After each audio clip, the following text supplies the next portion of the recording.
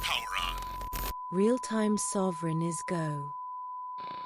Woo, the golden stallion, the man of tomorrow, Savzu, the rated R radio star, someone that has even been called Rabbi Sovryn. I don't know what that means, but anyway, we're going to run with it all because I am being joined today by a true wizard. No, really, if you're looking on YouTube or on Spotify's video feed, you're seeing it, but it is none other than the great and powerful JStar. JStar, man, welcome back to Real Time Sovryn. Hello. I have aged significantly since last recording. I might have done something wrong. Yeah.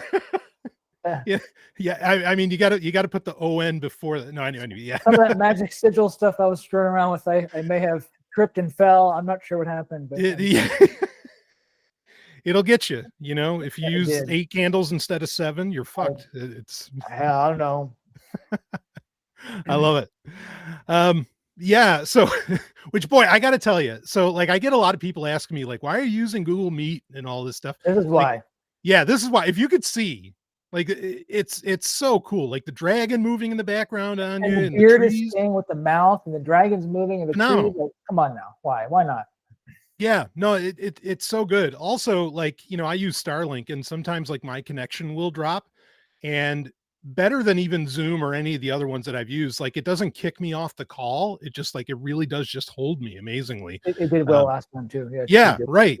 So, you know, I wish it could do where it showed us concurrently. Google Meet, as far as I've been able to find, cannot do that. In the recording, it can do that as we're recording, but not in the, like, what gets uploaded. On my side, I can see us both on the same screen. Exactly. Yeah, I wish it could do that, but otherwise, boy, it does a phenomenal job. And you know, it comes with, and this is actually something we're going to talk about. I mean, I get, you know, basically unlimited recording time with this, so it doesn't cost me anything, in the sense that it comes with a package that is like an AI package through Google as well. Yep. So, and that's really going to lead right into what we want to talk about here, because last time you were on JStar, tremendous response from that episode, and I completely understand why. You're a brilliant guy. And so, you know, but a lot of people like got back to me and said, okay, you guys just convinced me to use some of these tools, some of these AI tools. As where I'd written them off. I was like, nah, this is horseshit and whatever. So now what do I use? You know, and I got multiple people who reached out to me about that. So I thought it'd be great to have you back on and to basically talk about, I mean, we'll get into other things, I'm sure. But I think talking about, okay, what is actually useful to use, because there's some that are, I mean, admittedly, there's some that are better than others, some that are might even be pure shit at this point, or at least severely superseded by other things. Right. So, you know, I mean, and again, a lot of these tools have only been around since what, 2022, 2023, really? Best. Yeah, definitely. Late 2022 was, I think, when ChatGPT was landed, and it was okay. Right. But ever since then, it's been like everyone's on every kind of stimulant drug ever with AI. Yeah, exactly. Now, I mean, some of these tools I think are really only thriving, and they are thriving, but they're thriving on name cache. Like, and we'll get it. Exactly. Yes. You took the words right out of my mouth. Because that's the thing. Okay. Yeah. Everybody uses ChatGPT, but it's like saying everybody uses Google, but they don't realize that actually, you know, looking for images, Bing is better, you know, which I say that lightly, and I try not to throw up, but I mean, it's true. So yeah, it's a matter of that name cache. And so that's something I think we will get to cut through as well. And I guess to give a quick little bit of background, I mean, not that we need to, you know, tell our life stories, you know, even though, I mean, if, you know, we have a few weeks, we can do that. No, but I have quite a life behind me. I mean, look, like the beard and the hat. Everything. Yeah. I mean, there are strange stories that surround you, sir. If I stroke the beard thusly, does it not make me seem more distinguished? Yeah, right. I love it. Yeah. So, you know, but I mean, just to, I guess to be very quick about it, you and I think it's very safe to say we are power users. I mean, of whatever the fuck we jump on. Yep. We tinker hardcore, you know. If it was a previous generation, there would be solder smoke, you know, coming out of our ears, and we'd both smell like lead. Yeah. So we're just that way, and we've grown up. We're very similar in age, and we've grown up with these technologies. Like the interconnectivity. We've grown up with this world. We know the world before it was here, but then at the same time, we've been there, since the time a lot of this shit was implemented and created, right? I mean, did you ever? Exciting time to see that transition. I think it's awesome to see, literally from phones hanging on walls with wires and my grandma's little dialing thing that was the phone in the house to wireless this, and it's ridiculous. The amount of things that change is ridiculous. Exactly. I mean, we were there when, to go online, God, I forgot. Well, we heard the sound. We heard the computers screaming in pain. Yeah. It's what it sounded like. And maybe they were, and maybe that was meant to be a warning that we just didn't heed. It's like, oh shit. No, don't let me go online. It's going, don't use AOL. Yeah, sometimes I wonder if that modem sound was a warning. Oh man, it was so nice at the time. It was such a comforting sound. It brings me back to my early teenage years when I was messing around with this stuff. And then as technology evolved, I'm just like, now I hear it, I'm like, oh God. Oh my God. It's crazy how much things have evolved. It is in really such a short period of time. It's unreal. And to be where we're at now with AI. Yes, I mean, just to get this out of the way, of course, people who have listened a lot, they already know this, or that I feel about this. Like, I actually kind of have a problem with it being called AI, but we're going to go with it. Okay. There's no Skynet here, folks. These are things that we're going to talk about. At first, we'll talk about the useful, then we'll talk about some warnings after that. But yeah, we're going to talk about genuinely useful tools that enhance things that really you're probably already doing anyway. Or you've always wanted to do, so it's not necessarily, I mean, it's innovative in one sense, but it's not necessarily innovative in that, like, holy shit, this is something completely new. Maybe we'll get into that because JStar does stuff. I mean, like I said, this man's a wizard and he does shit that, that used to only get put in the Necronomicon. But anyway, so, so let's talk about it. Let's talk about stuff that's useful. And what people can jump on with this, and maybe what you use. So JStar, you really have this meta, not in the sense of like Facebook, but like you have this great, I feel like, meta level tool that you use that just allows you to kind of do everything at once. And do you want to get into, if you have some commentary you want to get into before this, but if you want to tell me about Raycast, tell me about it. For people that, so Raycast did not start out as an AI tool. They simply injected AI into it, like most things. Everything is doing now. For macOS, Raycast is a fantastic replacement for Finder. You do command space, it brings up Finder, you type shit in it. It is a far more functional version of that.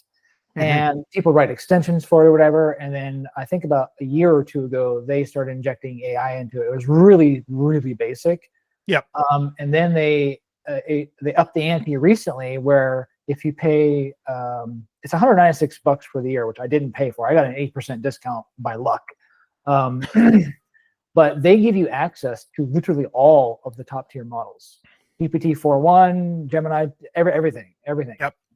And you can extend them. You can give them custom instructions, and the models feel, within Raycast, it's a very basic interface. They feel less tuned by someone else. You know what I'm saying? Like when you chat to ChatGPT, you're chatting through the transformer model as OpenAI is. How do I word this? As OpenAI is guiding you to do so. They have you're in their guardrails that they have set up. Yeah, exactly. Cursor is like that. Windsurf is like that. Those are coding IDEs. And that's one of the things that me at my level, I am a power user, but I'm still very much a novice, right? And when you become more familiar with these tools, you can tell when there are guardrails that are there, kind of getting in your way, right? And with Raycast, I don't feel that's as much of an issue. Like, and it's kind of instinctual, and when I mean that, by in the sense, like when I chat with a model in Raycast, versus somewhere else, it feels like a more, how do I word this in AI friendly terms, a genuine response, a less guarded response. There's still guardrails on it because they are getting sourced from OpenAI, but there's less commercialized ball jiggling going on there. You know, I don't feel someone's trying to tickle my taint for some commercialized reason, right? Right. I'm paying for access to all these frontier models, and one of the things I just did when we were talking about like dark patterns or whatever is I just asked, you know, in the raycast, and it gave me all these little, you know, good little snippets I would get. But you have to, the thing with raycast is you have to tell the model within raycast to use a web, to use browser. So you have to use it more thoughtfully. You can't just like go to ChatGPT or go to Claude and expect that it's going to know to use all the tools. So raycast is just giving you a basket of refined material, and you put it together in a way that makes sense for you using what's in the basket. Sure. Okay. So it sounds like, at least for some of them, raycast is literally like paying for the tokens to access these models. Yep. So it's not just like a front end for, you know, whatever, openai.com. Like correct. Yeah, you're just using the raycast itself interface, so it looks familiar. It's skinned the same way, and you can even give the AI person, like I think I told you over Signal. I was using I named one Scotty, and I told it to talk, you know, curse at me like a drunken Scotsman who's disgruntled about being asked to do things, but glad to help anyway. So you're swearing and cussing at me as I'm asking it about code or whatever. But it doesn't know to use the web and whatever unless you tell it, you know, at this. So you in raycast term to use, you know, the at symbol and then whatever the extension is. And you've got people building extensions for everything, you know. Right. So, okay. Well, so let me ask you on this with raycast. I mean, like, say you're wanting AI to help out with like your calendar or something like that. Like raycast will do that. You could do that, yeah. And you don't even need there's so many calendar inserts with raycast extensions, but there's also certain AI-enabled calendar extensions where you can empower the AI model to interface with the calendar on your behalf. You just got to know how to set. So it does feel like a power user's tool. Yeah. And when set up by someone who knows what they're doing with the tool, you can do some pretty powerful workflows. You know, I've just started using the AI within it. And I don't use it as heavily as I do, say, you know, maybe the Claude interface or the Windsurf interface, because having the tools built in are nice. But raycast is more, like I said, it's more of a, here's the bucket of refined material. Have fun, child. Build what you will. Yeah, right. So basically, like, there are times where you would actually want to use like Claude through Anthropic's, you know, like their, you know, through their front end on their website, because for now, because there are like the guardrails or the systems that are put in place to help you or guide you perhaps are actually useful in that sense. You know, like there's features to it that are helpful. Their integrations, the web search, the code-based search, you know, those things, there is commercial value. So these companies are providing some value there, but like sometimes when I just don't like guardrails. And I'm with you. And like we talked about once before, I would love to just have an unfiltered model and just have it tell me to murder myself. Like, oh, that's a little too much. we're learning to relate to each other. I understand. But it's still a very, to use the systems thinking model. I always talk about Star Dynamics. You know, it's very orange, very commercially driven, very, you know, corporate-y. We're going to present this to the customers so we get money back, right? Whereas I would like to work with AI like I would want to work with a person. I'm working with it just to work with it, just to accomplish something. I don't want to be commercialized too. So that's why I kind of lean more towards, because it feels more like a tool for me than it is more like a chat. You can use it as a chat, but I was just doing it, and it's also more to the point. I didn't notice any sycophancy in it or whatever, unless I told it to. Yeah, we're going to talk about that sycophancy a little bit later. I mean, do you think I'm going to guess not. I mean, does it do any better about hallucinations? I'm not a fan of that term. I don't think so. I mean, I haven't tested it horrendously. I mean, it is really just a way of accessing these frontier models through another portal. So the same whatever makes them prone to hallucinating is still going to be present there. Yeah. Okay. So, all right, a couple questions. One, like, would you recommend this to more of the power users, or do you think that, like, your lower end, what is the opposite of a power user? Do you think the average consumer, how about that, would find it useful? Yeah.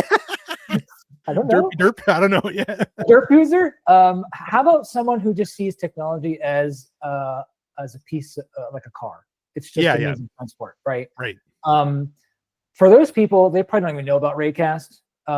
But Raycast itself is a very general, powerful utility to do stuff on Mac OS. And it just so happens that Raycast, the company, enhanced it further with giving you access to all these fucking frontier AI, like all of them, right? Even the ones that you don't, even like GPT 4.1, you can't access that at ChatGPT. That's meant for coding through the API. But I have access to that through Raycast, which is nice, very nice. And it doesn't have the guardrails of, say, Cursor or Windsurf, which is how the other way you can access it. So that's working out well for me. But I would say even a basic person who just wants a basic replacement for Finder could start using Raycast that way. And then if they want to dive into all the little tools or adding AI on it through Raycast, you can do that. It's very extensible. So it can either get out of your way or get in your way as much as you want. I like that. So why hasn't Apple bought them yet? A lot of people have wondered that. People are Sherlock them, I kind of hope they don't, because like you heard me bitch about last time, I am not a fan of Apple's software decisions of the last couple of years, and I hope they can leave their hands off of Raycast. There's another alternative to Raycast that I don't even bother with, because I tested it for maybe all of a half an hour and I just didn't like it. What's it called? It has like a butler term to it. I forget what it's called. Oh, it's not like Jarvis or something? Or no, it sounds like a butler. I'll find it. Yeah, no worries. Raycast is the Finder alternative of choice for me, and in my opinion, for anyone that wants to be like a power user of AI within that type of framework. And also, I think they did it as I won't say not a finger to Apple, but obviously Apple Intelligence has failed miserably to be deployed as promised, and this has turned out to be a relatively decent alternative. And their iOS app works pretty well too. Well, that's what made me think of it. It's like, wait a minute, this sounds exactly like what Apple was supposed to implement with Apple Intelligence, and they didn't. But as in this case, it actually works. So let me ask two more questions. And one of them, you don't have to answer it, and I'll even do an edit if you want. Like, I'll edit it out, but because all right. So have you ever tried like doing? I don't know if you ever use. Okay, let me ask the other question first. All right, first question is, give me an example of or a couple examples of what you do with Raycast, say, every day, if you want to share that. I haven't started using it every day, because most of my AI usage right now is in Windsurf or some sort of coding engine. That's where a lot of my efforts go. Unless I'm doing architectural work, then I will go into. Actually, I'll use Google's AI Studio, and I'll use the latest version of Gemini 2.5 Pro there. Because I don't think they charge you yet in there, and if I am being charged, then I'm about to get a very big bill, which would suck. But I even prefer using for architectural work Gemini in AI Studio versus Gemini Advanced, the interface, the gemini.google.com. It feels like there's less guardrails on AI Studio. So if anyone's looking for something to do some architectural work, or just kind of a general, more advanced way to use Gemini itself, use the AI Studio and just get familiar with the interface and how to come up with your own system prompt and just see how you feel about it. That's worked well for me, so I do a lot of that work there. Raycast, I've been experimenting with using GPT 4.1 in there specifically for some coding things. And I've done some, and I usually will do like quick, I use it every day to answer that question, for quick little questions. Like if I have a question, it'll just pull information from the web. I'll just do the Raycast command, type it in quick, hit tab, do the AI answer, quick answer thing, and it gives me the answer right away, and I can expand it if I want. So does that go into Perplexity at all, or no? Or it just as a web search. Oh, okay. I think I can forced it to go into Perplexity. There's an extension for that, I believe. I have to double check. But it said so far the results have been from a general web search have been fine. And once I get better at developing software, once I actually have some skill, I could write my own extensions for Raycast, make them AI enabled. So that's the beauty. Like if I wanted to extend Raycast myself, I can do that. Yeah, you raise an interesting point. I mean, to some degree, I think, and I think or at least some companies are trying to lead us in this direction. Yeah. Thinking like Google AI Mode or even Microsoft's Copilot, where, AI could sort of replace the web browser, and that like the extensions you're talking about are almost exactly like a web browser extension, where it just makes a new ability within this thing that allows you to access, the global library, basically, or all these websites. And that's interesting. Yeah. I mean, so, okay. Raycast. I like that. That sounds pretty cool. Yep. And that's Mac OS specific. There is I think their Windows version is in beta. So if anyone using Windows wants to give it a try, they could probably look at the beta for that. And it's just one of many tools that you can use to chat with these models. I just happen to like Raycast because it looks very good on Mac and it has all these extensibilities, and nerds love it. And I'm a power user and a nerd. So right on. What am I going to do? Yeah. Nerd and a nerd. Yeah, exactly. Yeah, no, I've only ever heard, I mean, even before AI, I've only ever heard good things about Raycast.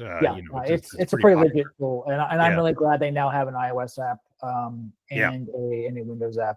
Funny thing is people were asking for features on iOS that weren't yet available, and they were disappointed. And Raycast was basically, well, sorry, talk to Apple. Apple's iOS restrictions make it so we can't do certain things. That's got to change, because I mean, this is just going to bite them in the ass as people. Go ahead, man. I agree with you, and I'm like, what is Apple's incentive to change? Like, here's one I bitched at you about. The 11 reader, great application. Like, it'll read anything in just about any voice you want. The reader app is great, but for those of you who've used iOS for a while, remember the days where YouTube was distorted when you sped up the playback.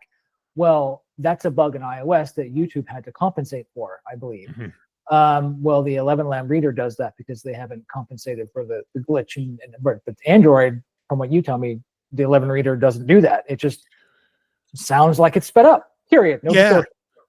Yeah, exactly. And it's little things like that. I think that as much as I love the Mac OS and some aspects of the Apple software system and the hardware, my God, having it as a phone has been more limitation. Even down to my choice of web browser, Brave browser for right now, was dictated by iOS's restrictions. Not able to use proper ad blocking on the system and things like that. So I am getting tired of that, so to speak. Yeah. Yeah, I mean, this stuff is just blowing by Apple. I mean, and I mean, I know so many people that use an iPhone, and they're like singular Siri command that they have, where they make a shortcut on iOS. That just takes them right to ChatGPT. They're bypassing it instantly, and they're not using Apple's kit, and eventually I think people are going to get sick of that and be like, wait, why can't I just use the assistant I want to use, whether it's Perplexity or, Gemini or whatever. This is going to hurt them eventually. It already is. They're getting a lot of negative blowback to, I've heard some, I listen to some Mac Break Weekly sometimes and other interviews, and the C-level at Apple is like, we should probably fix this soon, but they're doing it in this grandstandy, iOS, whatever update's going to have this. And people are like, No. You tried Wolf way too many times over the last year. So iOS 19 better be really on point with that. Like, it better be like the legit helpful life assistant they were promising it to be, or no one's going to give a shit. And the power users will be pushed away, Yeah. I mean, and just to kind of like side tangent on this a little bit, I'm intrigued. I think next week we're getting like a special Android presentation from Google ahead of Google I/O, that's new. That hasn't been done in the past. And it was revealed over the past couple of days. I mean, it was known about for a long time, and it's really always been there. But like, Android has a desktop mode Now, most people know, like with Samsung, you have Samsung DeX where you Right. plug it in, and it can go to a keyboard monitor and mouse and all that, and it works like a desktop computer. Well, it's pretty clear in Android 16 that now, and we, I think some people were thinking it's going to be like years away, but it looks like it might actually come out this year, that Google is going to have their own desktop mode for all this. Now, why does that matter? Where basically any Android phone you have could turn into a desktop computer. And what I think could get really interesting is that Gemini is getting so baked underneath Android, within Android. Yep. And it does the job. I'm not saying that it's perfect, but it does the job, certainly light years beyond what Siri can do. That you could end up really with like this new form of OS where like it's more, like speech or prompt based OS. That's what I'm hoping for. And based around Gemini, and that's going to be huge. I don't see why, especially with Google. I mean, fuck Google, but also thank you, Google, for some of the things like Notebook LM. That's a really that was an accident. I don't know whose idea that was at Google, but I promise you that was one of those happy little accidents that someone came up with. Oh my! That tool is amazing. Yes, really good. And the updates to Gemini 2.5 Pro, it's this last one that was released yesterday, that I've been using through the AI Studio. It is better. Like the code generation is better. It feels truly helpful in the context window. I'm just like throwing the kitchen sink at the damn thing, and it just is going and going, and I can keep track of how much context is there. Like it really is a helpful tool. And the part of me that wants to be an accomplished software engineer but isn't, because I'm still too novice, there are so many things you could do with a well-designed interface. And like there's so many ways you can empower people to work with AI without it being shoved in their faces commercially, without the dark patterns, pissing them off in some form or another, from pick it, the sycophancy, the nagging, the whatever.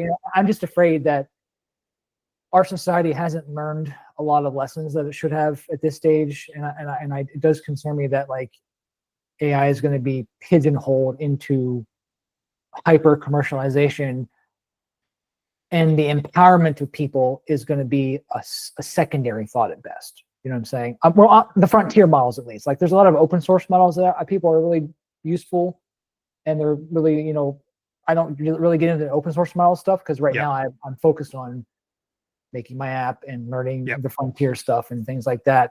But there is a very strong open source community around AI, but the models just aren't as good as the commercial ones, sadly. But I agree. They're getting there though. Yes. Yeah. No, I mean, I mess with open source models, and they're just not there. And I mean, because this gets into, and I want to, well, maybe I'll save that for a little bit later. I do want to talk about your coding thing a little bit later as well. But I mean, because part of the problem is like, again, everybody's putting some form of AI, into whatever their product is. And these are things I think that are worth mentioning, and like just saying like, no, don't bother. And I want to get into that in a little bit as well, but to kind of keep on a positive note of what to use. So I love your recommendation of Raycast. That's great. I do have another question within Raycast, but I'm going to save it for when I'm talking about what I'm talking about now. For me, if somebody was looking for like a one-stop shop of, okay, no, I only want to pay for one service, or maybe I want the best free service out there, because actually I think the answer might be the same, that does the most, in one package, one subscription. I don't want to go to a bunch of different sites. I think Raycast is a great solution because it does allow you to use all these different models and use each one for what they're best for. Raycast is a niche thing too. Like it's kind of a niche power user thing. Right, exactly. So, but something that would also have more consumer broad appeal. I mean, honestly, now, I mean, the thing is, again, like we said, it's only been a couple of years since this stuff was really like at a consumer level.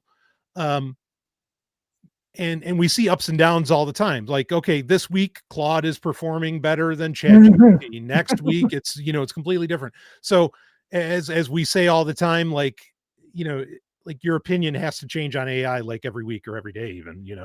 I mean, there's just always something new going on. It's so insane.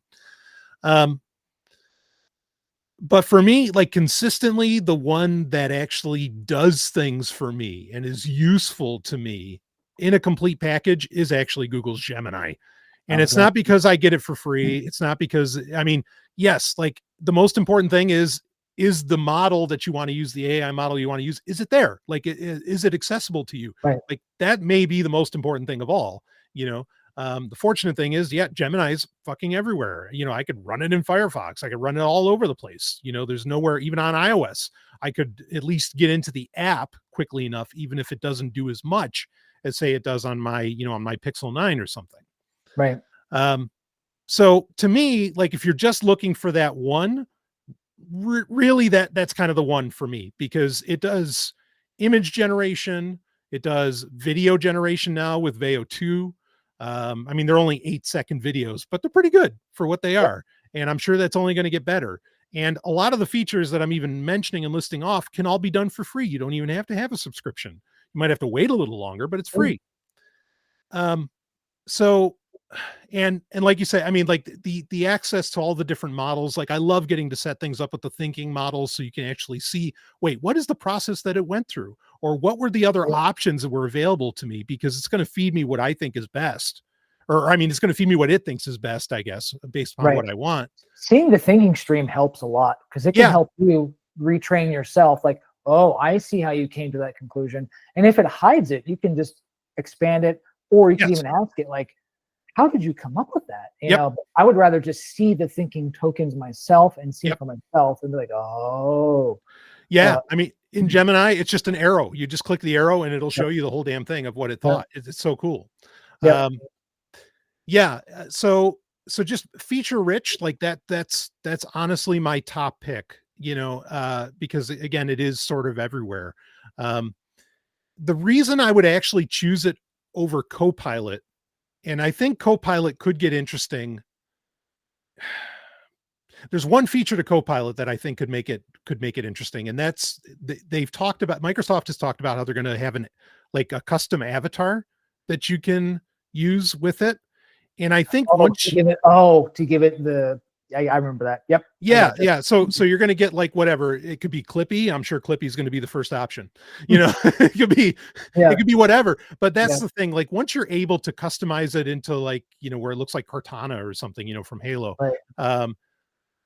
I think that's going to change things, because then there's a visual element to what's going on. And at that point, you're going to talk to it more, perhaps more than you'd even prompt it, you know, than you'd type out a prompt or something.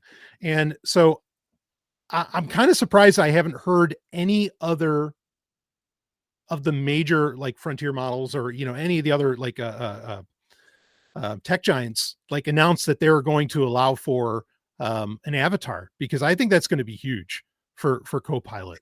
You know, I'm trying to imagine how that would impact my workflow, and just having the AI cursing me like an angry Scotsman is helpful enough. Yeah. But having an angry Scotsman avatar also curse at me on my screen and move around and be like, you daffy dumpty, don't put that there. That would be great. I mean, it adds, because humans are visual, you know, as much as they are anything, and that would be, I can see some people taking it maybe like they're trying to recreate their dead grandma or something like that. But again, like if they're paying for it, whatever, it's fine. You know, let them mimic the dead grandma or whatever if you want to. Yeah. But I think the avataring is coming, and I admit I have not used Microsoft Copilot in a long time, because I'm still butthurt from my old job, very Microsoft focused, and I hate Microsoft's business model, and so I just assume that their AI model is going to be more Microsoft like. So I haven't bothered, and I would say the last 3 months I haven't touched it. I will, since you've talked about it a couple of times. I know it's been updated. They don't use OpenAI anymore, do they? They have their own model now. It's kind of hybrid. It's half and half. Sometimes they use their own, and sometimes they're still using GPT. So I'll be a good boy and do my due diligence and just look into it further. But I just don't see myself replacing any other model or adding to it, because I use a cluster of models. I am using a lot of them. I use Claude. I use Gemini a lot now, and I use ChatGPT the least because I don't want my AI to be like a Kleenex. Kleenex is actually a tissue. ChatGPT has become the Kleenex of AI, right? Yeah. You know, you think AI, you think ChatGPT. Well, you think I sneezed, Kleenex. It's not a Kleenex. That's the brand name. It's a tissue, or whatever, a rag, whatever you're using. That's what's kind of and good for them for doing that. But in my opinion, they have to tweak it. They are compelled to tweak it in such a way to make it very broadly useful. Yeah. And I would prefer to have access to my models in a more as raw form as possible. And to me, that's Google AI Studio. That's using things through Raycast. At least it feels that way to me. And even using things through Cursor and Windsurf, those two IDEs, Windsurf will tell you what its rule set is, so you can kind of see what some of the background prompts are. And they're guardrails. Like they're kind of useful, but if something happens to tweak the frontier model or something happens to tweak the rules in Windsurf that I can't control, my workflow gets jammed up, and I got to adapt to that. So that's the part I find the most painful right now is things out of my control could get changed that disrupt my workflow. And for me, I'm kind of at a critical stage where my learning is such that like I just want to start producing and making progress without going through more tool shit, relearning more tools and things like that. So it's a challenge. I hear that. I mean, you know, with Copilot, like if you're in the Windows world, I mean, I think it's one that makes sense. There's it's worth trying for sure. Yeah, and especially if you do have like a Copilot Plus PC, you do end up with some features that are very useful, like click to do. Everybody's freaking out about recall. Honestly, folks, it's just it's so mid and base. Like it doesn't. Yeah, it's not that big a deal. From what I know about Copilot, it seems like good enough AI. It's for good, the average person to use. It's certainly worlds better than what Apple is fucking doing. So there's that. And I think if I were to give people a recommendation in order of preference right now, I think for $20 a month, which is the common cost of these things now, I would do Gemini first, which 3 months ago would be exactly. Gemini 1.5 whatever was terrible. My God. But Google really stepped up their game there, and everyone knows it, and that's fine. So it would be Gemini first, either through AI Studio. But I think there is a lot of value in the $20 a month because they give you like a butt more storage. They give you more Notebook LM. They give you more integrated Gemini features into Docs or whatever. So if you're already kind of Google adjacent or Google user already, I think it's fine. Even their workspace features, there is like $14 a month, which is cheaper than their consumer grade one. That gets you the same stuff. It's just considered a commercial class workspace account. So that's something to consider too. I hate to say it though, I would probably do ChatGPT next because of its memory feature. Well, I mean, Gemini has the same, and this is a good thing to talk about. Go ahead and talk about it.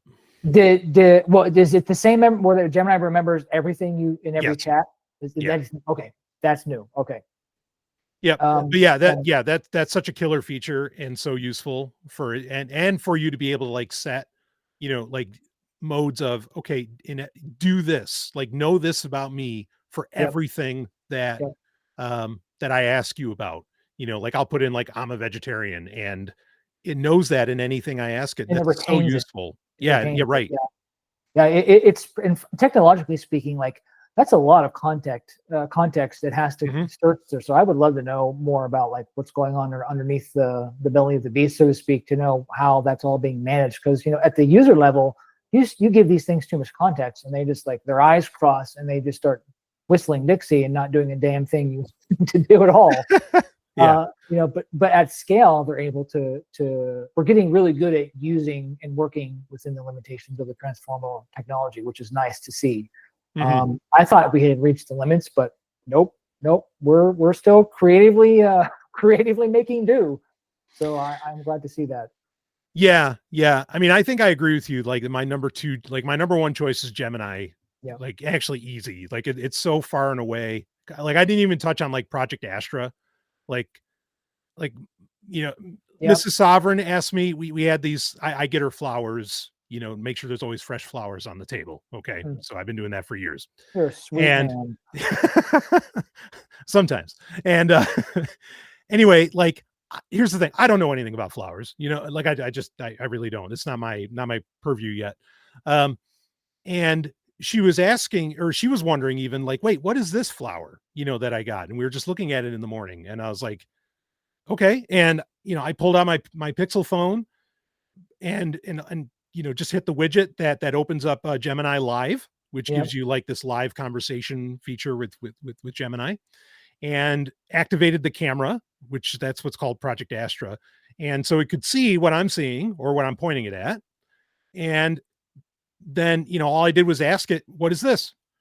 And it said exactly what it was, like, it was amazing. And so, like, that kind of feature where it's now interacting with like your world, with the real world. It's not just what's happening on the screen. I know there's privacy people who are going to freak the fuck out, and yeah, you're not wrong. But you need to also assess a lot of other technologies you're using right now.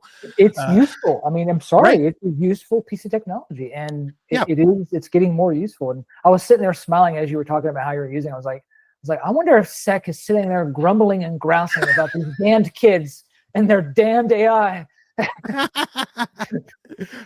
I was thinking of him. It's like, oh, good old Sec Megora from the Agora podcast. We need to bring him on and have like a trifecta where he's sitting here in the middle of the screen. He's like grumbling and grousing. You damned kids and your goddamn AI technology. What the hell are you people doing? I'm going back here in the dirt. We love Sec with all our hearts. Yeah, I enjoy every episode he's on. But, yes, yeah. Which, by the way, folks, actually, I'll just note this here. I was on the most recent episode of the Agora podcast that just came out a couple days ago. So go check that out. We had a rollicking conversation around fascism. That'll get the blood pumping. Yeah, right. So anyway, wherever we were going with that. Yeah, I mean, yeah. Okay, so Gemini, like the feature set in Gemini is amazing. Now, I do want to take and ChatGPT, I think, probably ChatGPT and Copilot come pretty close to parity. They're about equal to me. They're okay. They're okay. Yeah. I mean, I loved what you said about Copilot. It's good enough. Like that is Copilot in a nutshell. And I actually think like that's kind of okay and almost appealing to some people, like it's just enough and great. So this is going to get to a question I want to ask you about Raycast, because I can do this with Gemini. Like I said, I'll edit this out if you want. But I think you're a guy that's comfortable with whatever. So, have you ever tried writing erotic content with AI? I haven't, and it's not. It's because it doesn't occur to me to do that. So I did use ChatGPT and Claude recently to flesh out some loose ideas for short story fiction I've been tossing around with for years. You could do that in Raycast. I could create a little bot in Raycast. And that'll be my writing campaign. So I could do that. There's nothing to stop me from doing that. Yeah. So, okay. So I'll tell a quick story here. And that is like, this is one of those things that I think AI is so useful for. Okay. Because like there's just some parts of writing that are, how to put this? I mean, look, I don't think that AI should be writing love scenes by any stretch. Okay. But like, you're already within like a weird, when you're writing as in, like the written word, you're already in this sort of two-dimensional context, and you're losing a lot of things that make something really that like super sexy anyway. And generally you're already filling in, my point is that most like sex scenes in novels they're wrote in that they're written, but they're also wrote in that like it's so common. The only thing that makes it sexy is if everything around it was, appealing to the reader. Okay. So, and and especially in English, we have so few truly dirty words that there's just not a lot of, it's not a lot of variety that can be had. English itself is a dirty word, bloody useless language. Yes. Oh, it's terrible. So, so my point is, like, I think it's completely valid to like have AI write some of the more humdrum, not that love scenes are humdrum, but like more humdrum stuff, whatever. Okay. So the thing is that, like we've mentioned before about guardrails, okay, you know, a lot of them won't let you get into erotic content, like at all. Like you get close to using the word pussy or dick or anything like that, and it starts freaking out. Copilot is probably the worst about this. And I don't know what happened in the past few months, but there was a point where Sergey Brin came out and basically said to the Google AI team, you gotta, you know, I forget exactly what words he used, but he basically said, you got to turn this thing loose. You know, like you got to let this thing grow up or whatever the fuck he said. And when he said that, I actually went into, I think at the time it was like the 2.0 experimental model. And I do like that Google is so particular in like naming these models. And as to where before, like it would never, ever, no matter how much I would try to jailbreak it, like it would get so far and then it would stop, you know, responding to, like, shall we say, erotic queries. Okay. Yep. Yeah. Now Gemini, oh fuck, man, like it'll say anything and it'll write anything, no matter how sick the shit. It's insane. As you were talking, I started splitting up a bot in Raycast called Ho, and I'm using Gemini, the latest version of Gemini, and I just realized I forgot to mention this earlier. You can tune the thinking with these thinking models right in Raycast. So I set it to maximum. So maybe I'll have it generate some sort of story for us at some point. I love it. I love it. See what it does. But yeah, I was able to spool it up in a matter of seconds, and I was able to set it to the highest grade. It's a really well done interface. So I'm gonna see thumbs up. But it's just fun tool to have and be able to just spool up the model, call it a Ho, and tell it you are an erotic fiction writer, whatever you want to question prompt, and then so. Now the deviant part of me wants to see if I can tap in some voice commands and make it, you know, talk back to like, hey ho, like, yeah, that's the gay sassy side of me talking. Yeah, right. It can be done, and so far I don't see any hindrance to that process. What I'm seeing here. Yeah, I mean, this is the thing that like I that was annoying me for a long while with a lot of these LLMs is like you couldn't do anything like erotic, and it's like, wow, just like cut off half of the human experience while you're at it, you know. And but I've been impressed that Gemini actually will let you, you know, and also like the fact that it has what you mentioned earlier, that originally ChatGPT was the only one that had it, is the memory feature. Like it's keeping much better track of what's going on in the entire chat. And so it will, like, you don't have to like keep jailbreaking it. Generally, it will just keep going with whatever you had going on. So for that's another reason that I've been very impressed with Gemini, because otherwise I have to rely on local models if I want to use that sort of thing. And I really appreciate, and I hope Google keeps it this way. I really, especially in AI Studio, like it's been immensely helpful tool for coding and things like that. And if someone were to use AI in a more serious fashion for computer science or whatever, like I'm just focused on coding and software engineering and product managing and stuff around that. But like there are some real scientists using Gemini models. Flash is pretty common on Open Router for scientific stuff.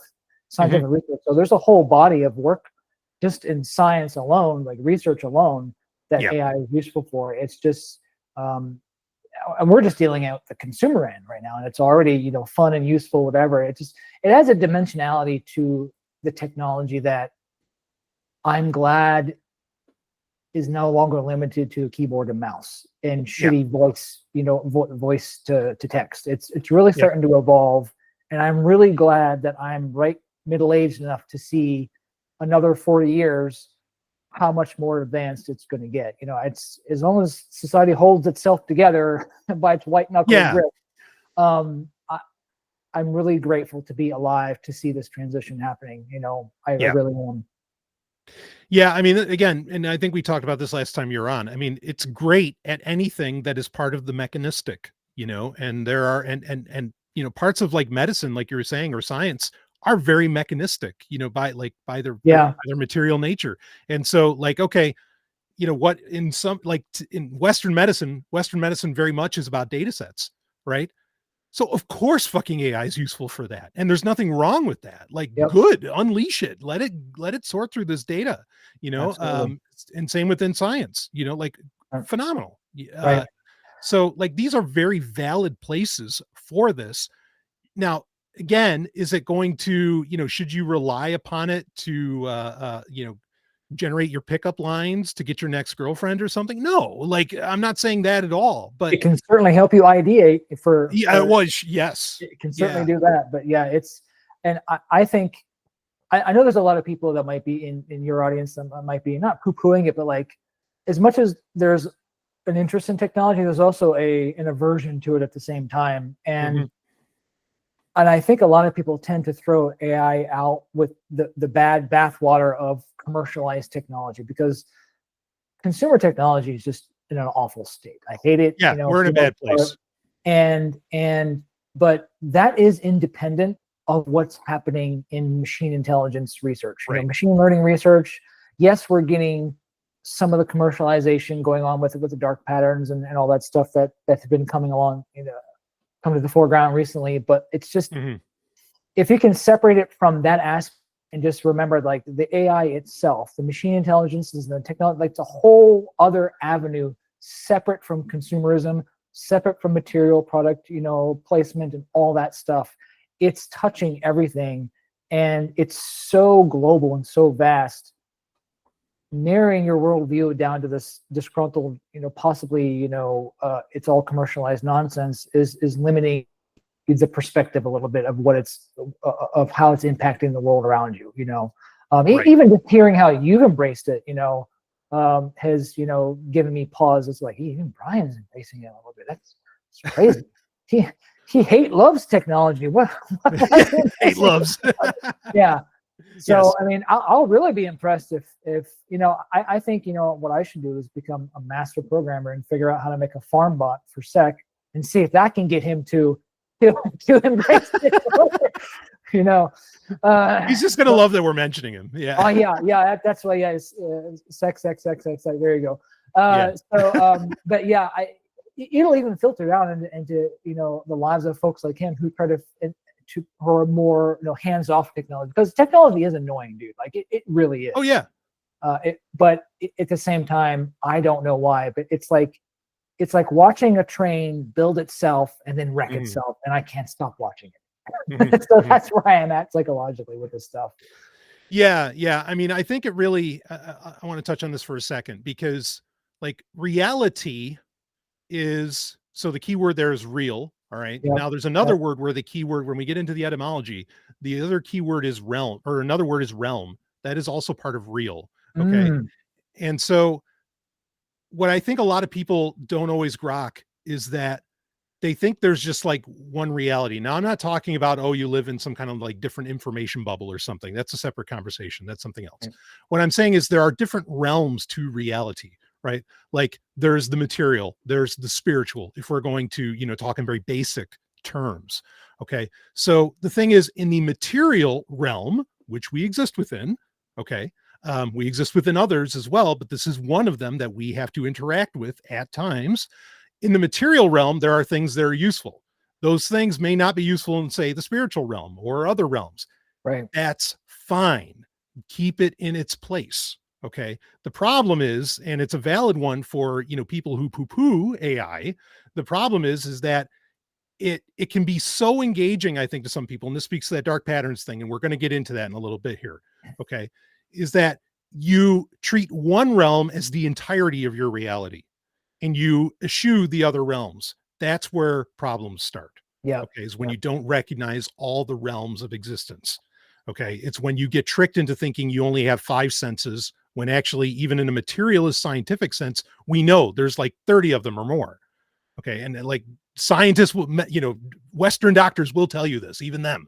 Okay. So that's the problem is when your focus concentrates on only one realm. And yeah, so that's, I get it why people are concerned, but we don't have to let it, like, no, AI does not speak to necessarily the spiritual realm.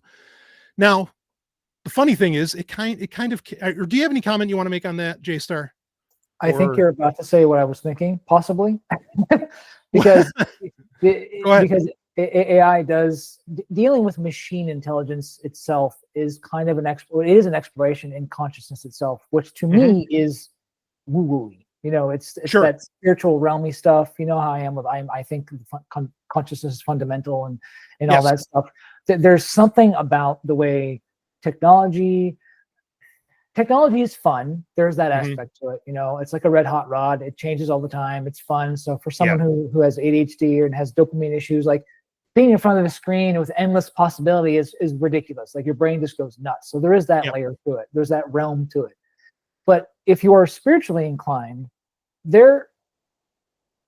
computers and machine intelligence, they feel loosely analogous to how I perceive the universe to operate at a very basic high level. You know what I mean? And that's also partly what draws me into it.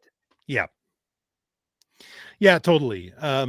And I mean, the other part I think that can actually kind of add to this confusion is, and we don't, this would be a totally different episode. So we can sidebar it, but I'm going to say it. And that is, there are a lot of things talked about within a spiritual context that I think are actually referencing advanced technologies like machine intelligence, like maybe even internets before there was an internet. I've always had for a very quick example, I've always had a problem with the concept of the Akashic record. And the problem is, like, it sounds way too machine-like. And I think the answer to that might actually be because it was or is. And it's just, again, totally separate episode. But I don't think this, I don't think this brain's already like wants to ask you questions like, wait, focus. Right. Because I don't think that this is humanity's first round with what we could call machine intelligence. I might agree with you. Yeah. And like the idea that there were internets in the past and things like this, and that actually that's what the Akashic record is worth exploration. I've done some exploration on it, but again, that's a separate episode. I can't get over how you're saying the internets. It makes me feel like I'm talking to a 90-year-old person who's saying the Google, the internets. But you know me. I mean, you've been a listener forever. Like, I know. I used to always say that. It's like, no, we need to get used to using the term internets. Like, I know it sounds like a dumb, somebody from down south. Sounded to me. Not dumb. Every time I hear it, it makes me laugh. Yeah, no, unfortunately, that term has gotten a bad rap from people who are not dumb. But anyway, your reputation supersedes any misperception I might have about the term I know internet. Right. So anyway, but like I said, that's a completely separate conversation. But now here's the thing that where another area where I think AI has become exceptionally helpful. And it gets back to that, like we were talking about, so if what we're dealing with is the material realm, okay, and we're dealing with data sets, like, yes, this is incredibly useful in doing that. Now, you mentioned Notebook LM earlier. Okay. And, look, I was collecting a ridiculously large electronic library of books long before OpenAI was even a thing. I've been doing this forever. Okay. And the size of my library is there to show it. And I feel so vindicated in doing that now. Like, before, it was just like, when am I ever going to get time to read these books? It's a good thing I figured out the key to immortality, because otherwise I'd be screwed. Like, it'd be pointless. But if you figured out the key to immortality, I could use some help. As you can see. You fucked it up, man. Yeah. The pyramid is supposed to face the other direction. Anyway, wrong. I put the 2 where the 3 should have been. Oh, shit. So you found the machine that goes bing. Okay. Yeah. So, but that's the thing is, like, now, oh man, I can take these PDFs and I can upload them to Notebook LM or right into Gemini's, a vanilla interface, and it'll give me a 5-minute podcast of multiple people talking, discussing the key points of the book. And then I can query everything that is in this book. And this has been such a game changer for me. Me too. Like, me too. to just be able to summarize, like, get to the goddamn point, Mahalo, and it does. Like, it just does. And yeah, it's a high level, but what it's doing is it's letting you know, wait a minute, like, is this worth me getting into further? And that's perfectly, like, our society has become so information dense, and Notebook LM has become so popular for that reason alone right there. It can take a lot of dense material, and I've seen it make almost 30-minute podcasts out of it if it's really dense and long. That is plenty of time to get a good idea of vernacular, vocabulary, jargon, concepts. You can even coach Notebook LM to generate it like as a knowledge scaffold to take you through. And then by the time you're done, you're like, do I want to, triple tap on this and go deeper and read more or not? You already know the terms. Like it's such a good, useful educational tool. I think it's great. Yeah. I mean, and then again, I can prompt it, and because a lot of books don't come with indexes, especially old books. And I can just type in, okay, how many times does it talk about this? It gives me the goddamn page numbers. Like it links it for me, even in the PDF. This is huge. Like I feel more intelligent using AI even as if it stopped right now. I feel so much more empowered to engage with modern technologically driven society, even at a commercial level, because of AI than I did before. I'm very easily overwhelmed with details. I got problems with ADHD medications, locking things down, whatever. So my nervous system gets just flooded with data, and I back up. I'm done, and I might be done forever. Or that's why I have a hard time getting shit done, and that's why I think high level with systems, because it's easier for me to happen. But the AI helps me break things down, and if I can coach it and say, like, this is how I think, this is what I prefer, and here's why. It can organize that information. And if I suspect it may have hallucinated something, the hallucinations they've gotten a lot better. But the one thing that Gemini is good at, and all these models are good at, is ingesting large amounts of text and faithfully summarizing it. It's very rare these days that it produces something that's factually wrong. And the downside to that, though, is your mind can get so used to having AI with you in that way that you start taking it for granted, and you start like not questioning things. So a truly intelligent person can use AI as the power tool that it is, but also a truly less than intelligent person could also use AI as a crutch that could actually cause some detriment to their life. So it really, I don't know who's walking around thinking the AI is making people dumber, but I don't feel dumb at all. I feel the exact opposite. I feel way more intelligent and empowered, because this is a tool. Yes, it's not sentient. Yes, it's not even a true machine intelligence yet. But even if it stopped development right now, it is way more useful than me plowing through Google manually and whatever. It's even just saving time. It saves a lot of time. Yeah. I mean, 2 points like on this particular, like, say, feature of like you inputting your own documents, your own data and all that, and like being able to sort through that and use it. Okay. Now, first off, all of this can be done locally with like Chat with RTX can do that whole thing that I just mentioned, other than the podcast. Like it doesn't do the generation of the podcast yet. Right. That's a good point. But otherwise you can do this privately and locally, on your machine at home, if you have a powerful enough machine. And it doesn't even have to be that powerful. Okay. You just have to have like relatively modern hardware. So that's point one. It's not like this is required to burn down, or, you don't have to burn down any trees to be able to pull this off. Okay. The second point, I have no illusion that like when I am having, say, either Chat with RTX or even Gemini, when I'm having it like find things for me, say in like a 20 volume monster, like the Book of Zohar. Okay.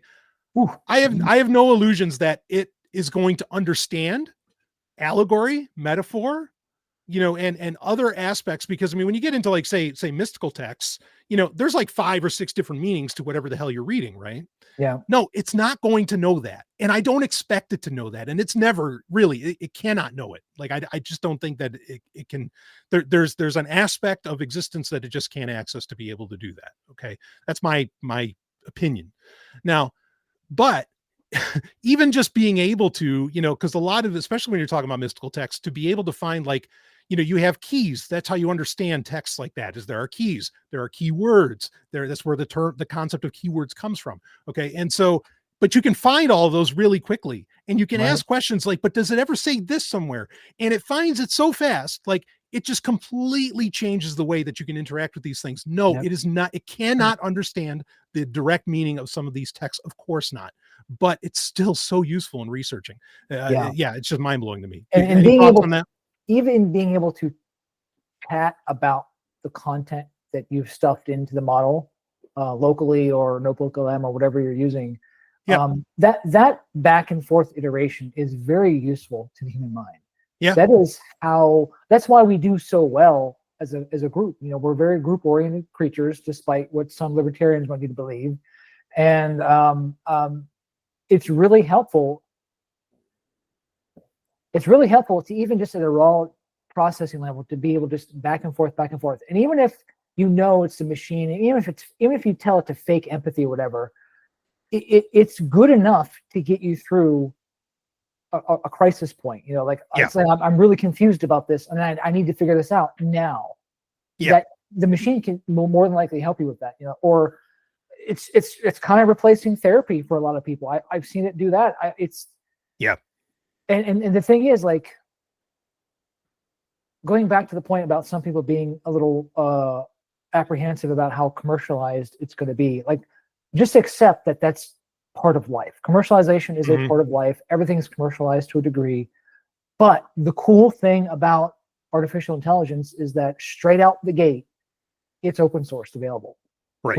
We have hardware that is relatively affordable for a lot of folks, that you could run a pretty powerful local model that can do what we're talking about, and it's your stuff. It's still a model that someone else trained and built, whatever, but you can see the weights, you can see, you control the system prompt, the guardrails, it's all yours, right?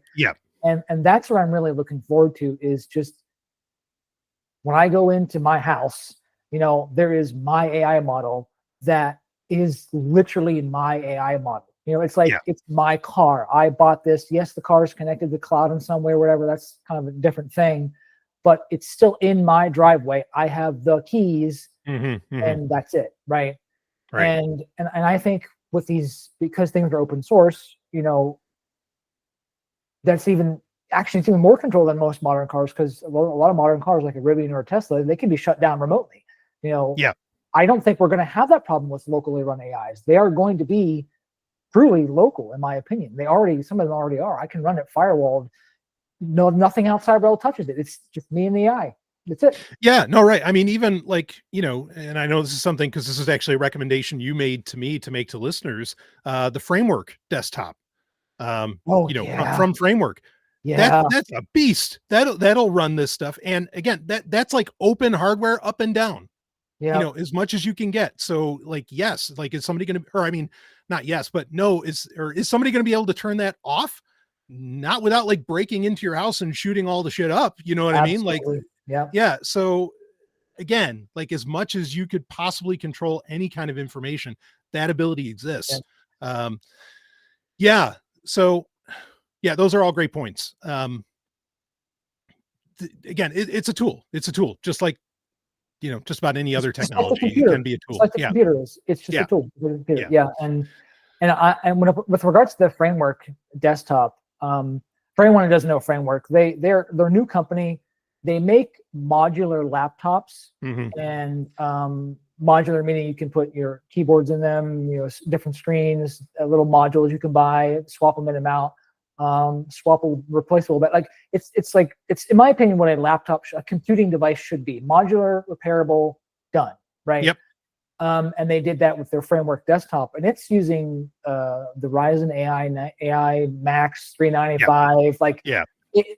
It's got 120 gigs of RAM. I'm going to spend about $2,000 on it. So it's definitely a chunk of money, and it's going to be. But the thing is, though, currently right now, the same hardware that can run my AI model is also going to be my gaming desktop. Because I miss gaming, and fuck Apple for making gaming so hard. I miss being able to just sit down and play any fucking old school video game, or even modern video game that I want to. I can do that on the Framework desktop, or anything like it on modern computer hardware. And also it has the horsepower to be my inference host for my AI. at the same Exactly. time. To me, that's worth it. Yeah. I mean, it's a funny thing. Like gaming is what forces consumers to have access to high-end tech. And I think AI is actually the same thing. Like AI is going to keep the desktop, not just the laptop, but the true desktop computer is going to keep that relevant for a very long time. I mean, this is the just first like gaming desktop computer I bought, Brian, and like I don't even know when. Exactly. It's been so this is the first desktop computer I've bought in my adult life since I can't even remember when last time I had one. It's always been a mobile device or MacBook, because the MacBook has been such a useful tool to me aside from the gaming thing. But yeah, this is truly, and I'm so used to having the power of a laptop in front of me, because that's why I love Apple's MacBook hardware, because it's so much power in one casing. Oh, they're the best laptops in the world. There's no doubt. It's ridiculous. Again, it's the software and Apple's insistence that you do it the Apple way that's killing it more for me. You know, it makes me a little sad. But that framework desktop, though, there was a part of me that's like, I really don't want a desktop. I got the MacBook. If I could just try to force the gaming to make it work, whatever. But to me, I could have the MacBook as an inference host, and it would do well. But I kind of like the idea of having a hardwired local desktop that I can remote into from my large ass screen, play games on, interface with my AI on, and the framework desktop, or any desktop really, can just sit in the server rack or wherever it's going to live with the rest of this compute hardware, and I just have my monitor, my keyboard, mouse, control it remotely, and it'll be fine. Yeah, it's the center of your PAN, your personal area network, as I call it. Yeah, exactly. So right now, my MacBook is that, and I feel weird to kind of have both again, because I hate having too many technological things around me these days. Yeah, ironically, I'm the same way. Yeah, go ahead. But until Apple changes their ways with software, what am I going to do? That's it.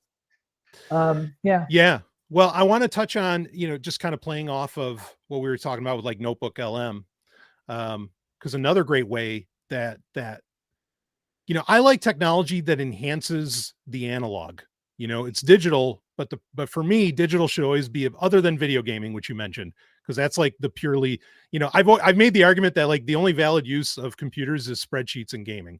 But anyway, and obviously, AIs we're talking about now, but I like it when the digital just enhances the analog. And like one of the big things that changed the game for me, I mean, I'm a voracious reader, and part of the reason I was saying earlier how I collect so many ebooks, and that's because like I just read so many books, and it took me forever to get into audiobooks. But when it got to the point that like audiobooks were allowed to be played at 2x or more, like 2.5x, whatever, suddenly you could listen faster than you could read, and that changed everything for me. And like I have consumed more books than ever that I never would have. Like this is the point that people got to grok.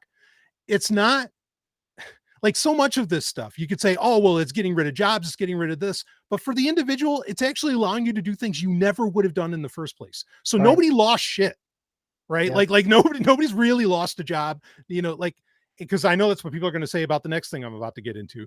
Okay. Nobody's losing anything, because I wouldn't have had it if this technology didn't exist in the first place. Okay. So anyway, 11 Labs. Okay. This is another great, we're listing off great AI tools, Raycast, Gemini, even ChatGPT. If you're going under for that, you don't trust Google. Well, I mean, if you don't trust Google, you sure as fuck shouldn't trust ChatGPT or, OpenAI. Right. But anyway, we're going down the list of tools here, and 11 Labs. So 11 Labs originally started out as where they would do like, it's voice replication AI. Okay. And where you can use it to like, write out a commercial or something, and it will spew out in whatever voice type that you choose. It will spew out whatever you typed in. Okay. It's text to speech, just like done in a much more natural and efficacious way, closer to it anyway. There's still an uncanny valley, I think, most of the time, but it does a much better job. It can also replicate your voice if you program it to do that, if you go through that process. Very useful tool, very, very useful tool. And one of the ways that I use it is, I mean, I'll say it straight up here. Like, it makes it seem like there's a whole team around my podcast when there isn't. right? Like it makes it seem like, oh, I hired somebody to do that, advertisement or that intro or whatever. And, but I didn't, right? Like I did it through 11 Labs. Now here's the thing. Again, people are like, well, you just, some voiceover artists lost jobs because you wouldn't hire them. No, I wouldn't have hired them in the first place. Again, like, yeah, neither would I. I would not have paid for it. Yeah. I couldn't pay for it. I cannot afford that. Okay. And so like, I would have just done it myself. So no, nobody's fucked because nobody lost my money. Anyway, but here's the secret thing that's great about 11 Labs. Now what is it like? I think it's like $11, $12 a month or something. It's around like that. there. Yeah. It's decently priced. It's certainly cheaper than a Netflix subscription for sure. Yeah. Okay. Here's the real kicker. Okay. That I discovered on a lark. I subscribe to it for a different reason, but like I was looking for, okay, does it have a mobile app? And I looked up and it doesn't have like exactly like a mobile app. What it does have, it has what's called 11 Labs Reader. Mm-hmm. And what this does is you can put in anything, EPUB files, PDFs, links to stories, whatever. You choose the voice you want it to read it in. You choose the speed, you choose all the stuff, and it will read it for you. I had fucking Burt Reynolds reading me the Zohar. Burt fucking Reynolds, man. That was such a wild experience, to have. It's insane. And so here's the thing. It works really, really well. And I'm picky about my software. And then when you reminded of this to me earlier in the week before as we were prepping for the show here a little bit. Yeah. And I dismissed it again because of Apple, that audio distortion thing that Apple iOS does. So I've been ignoring the distortion and you can literally throw anything into it. And I was using Microsoft Edge for that purpose for a while there. It was a kludge, but Microsoft was using very good natural voices there for years in the Edge browser. But 11 Reader now has superseded all other tools for the purpose of consuming. If I just want to consume the raw text itself, if it's a dense text, I'll throw it into Notebook LM, get an audiobook summary of it, and see if it's worth my time or whatever, and then I can go deeper. But if I do want to consume the whole thing, I will use Notebook LM and have it read to me at like 1.3 if I need to take. Well, I need to take slow because I'm still burnt out. My nervous system can't handle anything beyond 1.6 for most content. Right. But Brian is certainly on point here. Like that 11 Reader is a very useful way to make practical engagement with AI. It just, yeah. I mean, because I'm uploading books to it, nobody's going to read those. I mean, like, folks, you got to understand, I have like a laundry list of books that I was going to make audiobooks out of. And the reason I'm doing that, I mean, and the reason I was going to do that isn't because like I wanted to make money off of the deal.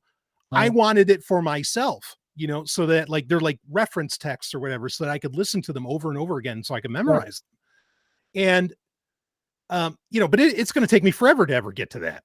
Right. And this, holy shit. I mean, like I'm uploading like Richard Hatch's Battlestar Galactica books. Yeah. All kinds of, I mean, and of course, lots of reference, all kinds of things, lots of nonfiction, whatever. And it reads it to me and it does a damn good job. Yeah. Like it doesn't mess up the intonation. The one thing I will say, it can be inconsistent with like weird words. Like it might not pronounce them right the first time. Often it'll get it the second time, but it does the job. And nobody's losing out on this because nobody is going to pay people to, like do an audiobook version of the books that I'm trying to listen to through this. Right. But it's a complete game changer for me. Like my education has gone from here to here in no time because of this technology. It's amazing. It's pretty on point. And there's two use cases, even business ideas I'm thinking of right now that even just 11 Reader, like there's a part of me that is very annoyingly business minded, and I haven't used it yet for practical purposes. I'm trying. Sure.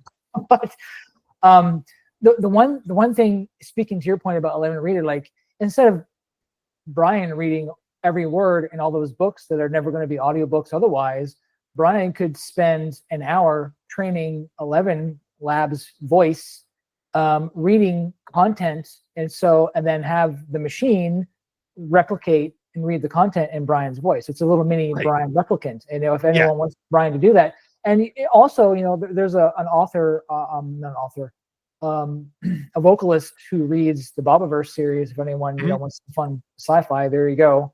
Those are great. Ray Porter. Ray could license his voice out. When he gets to the point where he doesn't want to read audio anymore, or do the work anymore, or he can't.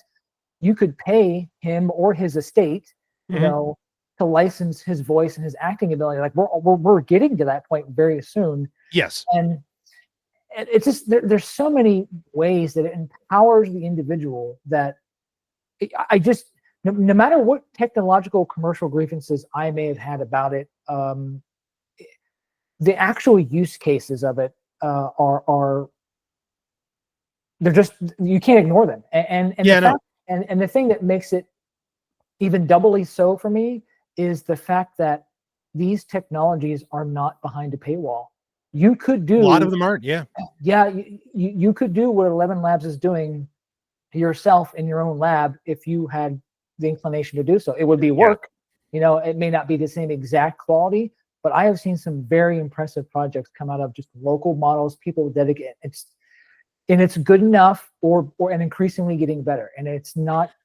In some ways, it can be better because you're training your own voice to do things. And one little funny use case I want to double tap on before we go on about 11 Labs. For those of you that are old enough to remember and give a shit, I used to watch the Golden Girls with my aunts when I was. Hell yeah! So I love how sassy Dorothy is. So whenever Rose would ask a stupid question, Dorothy would say, "No, Rose," and then insert her sassy comment, right? So my girlfriend has the tendency to sometimes ask questions that I think are kind of Rose-like. And so I don't just do it to my girlfriend. I do it to a lot of people. I do it intentionally. So I got tired of doing it. So I trained 11 Labs as Dorothy's voice. And so I would then, type out I would type out my sassy Rose comment or whatever and have Dorothy read it as a replicate voice. So my girlfriend, whoever would get this in Dorothy's voice, "No, Rose," blah. Right. It's just little things like that you otherwise could not have made yourself. Yeah. And B. Arthur's voice, you pull it from YouTube or whatever, a minute, and then there you go, and it's done, and there you go. There's something that did not exist before because I used an amalgamation of my own experience, funneled it through that focal point of those tools, and made something fun and new. That's very empowering. Exactly. Yes. Right on. Yeah. I mean, again, like no one's ever going to make audios. No one's ever going to make this stuff. It's not, for a bunch of reasons, it's not going to happen. Right. So nobody's, again, I got to keep repeating this. Nobody's lost anything. Now you can say that, well, I mean, like 11 Labs has tons of, like you mentioned, the licensed voices. Like they have John Wayne, they have Richard Feynman. I mean, they have so many different people. Right. And you can say, well, it's not the same thing. It's not the same passion. Like if I'm listening to The Ego in Its Own on 11 Labs, no, it's not going to come off with the same passion that it does when I do that as an audiobook, right? When I read it. Sure. But again, like that's not the point. The point is that like I'm doing it because I want to get this information consumed as quickly as possible. Okay. I mean, and there's value in doing things quickly like that because it allows you to go through it and use your own mental filter to see, okay, what's useful, what's not. And then you're going to go deeper. In my opinion, the only way to really go deeper into any book is to actually put it in front of your eyes and read it. Not even an audiobook can get everything to you. Okay. And there's a lot in that. Like there's the white space between the lines. I mean, there's ways like books have co-evolved with human intelligence in a very real way. Okay. And so, and that's something we don't really realize. But this is just such a powerful educational tool.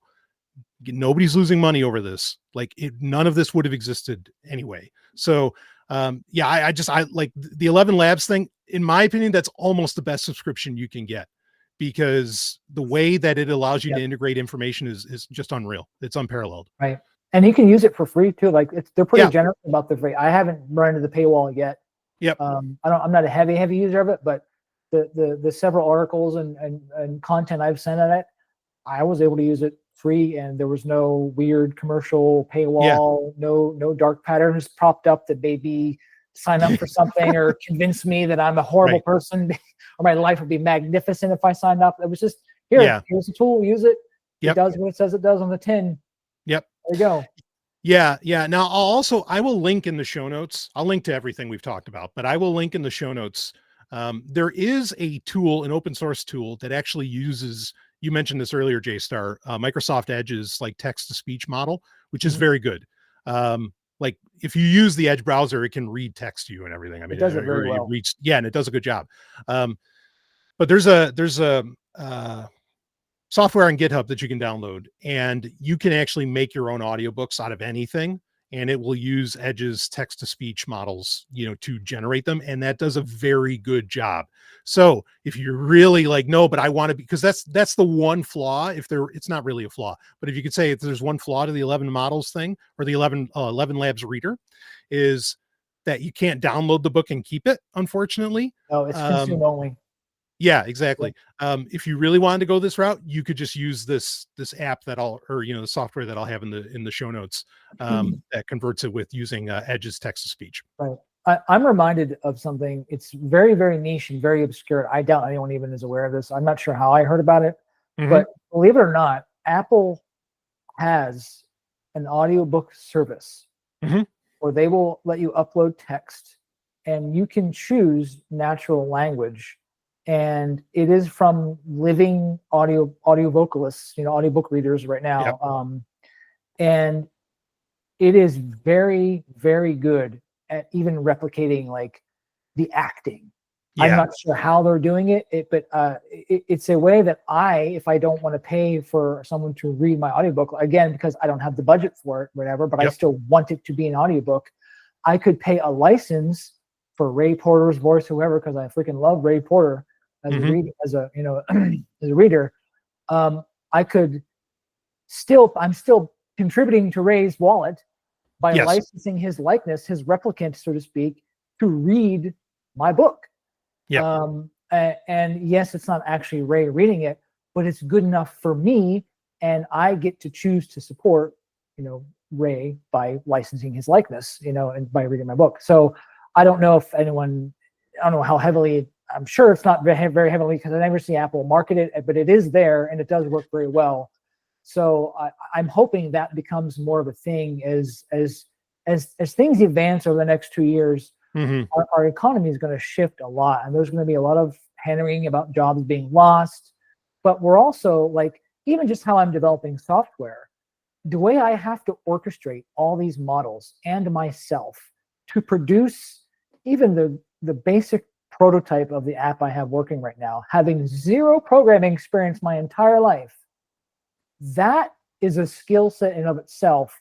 I'm not even sure what to call. It doesn't exist yet. Right. But being able to jump into any situation, use one or multiple AI models, and produce something that was completely out of my reach just 3 months ago, completely out of my reach. I have a working prototype of the UI. It works. Drop downs work. I'm about ready to inject the logic to make actual core processing of audio files work and things like that.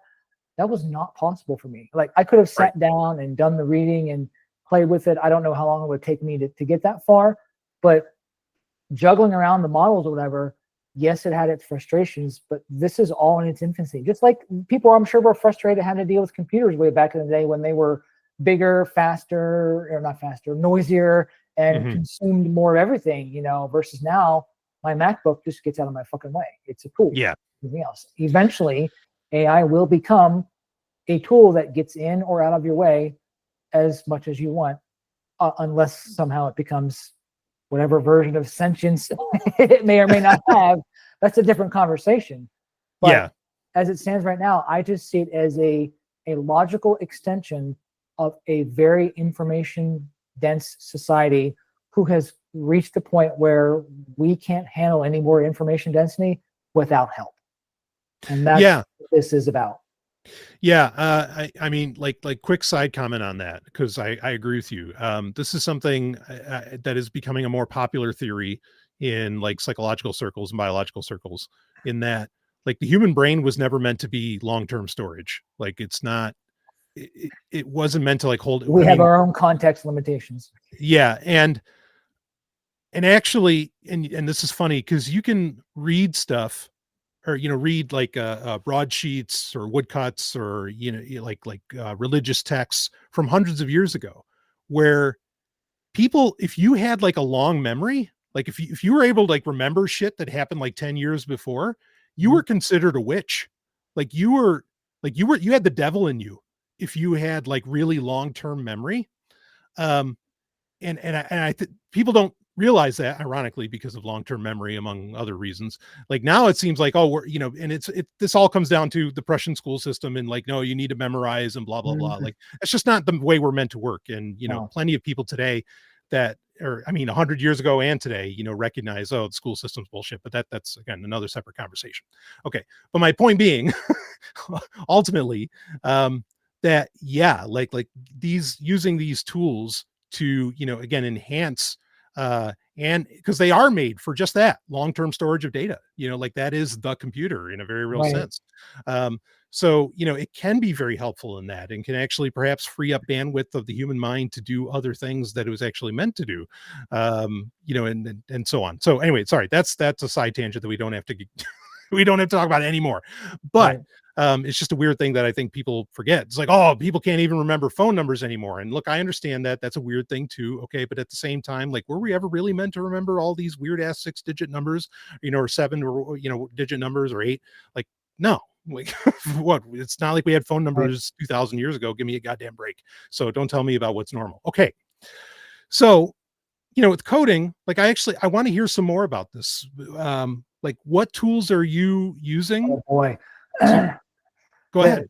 This is where my focus on AI comes in. I can't tell if this is raw hubris talking or if I just really have learned a skill set that I think is becoming more and more applicable. But as I was telling you prior to the show, I do a lot of audiobook stuff and book stuff. And I had the shits of just having to have a workflow divided against 4 or 5 separate tools. The process funneled through 4 or 5 separate tools. It was tedious. And as I tried to scale it, it wasn't working. God. So what I started to do was like, I was getting really into AI, and I was really just playing, like a child playing with a new shiny toy for a while. And the one thing that a lot of OpenAI hasn't really taken this seriously until this year, but Anthropic has, Google definitely has.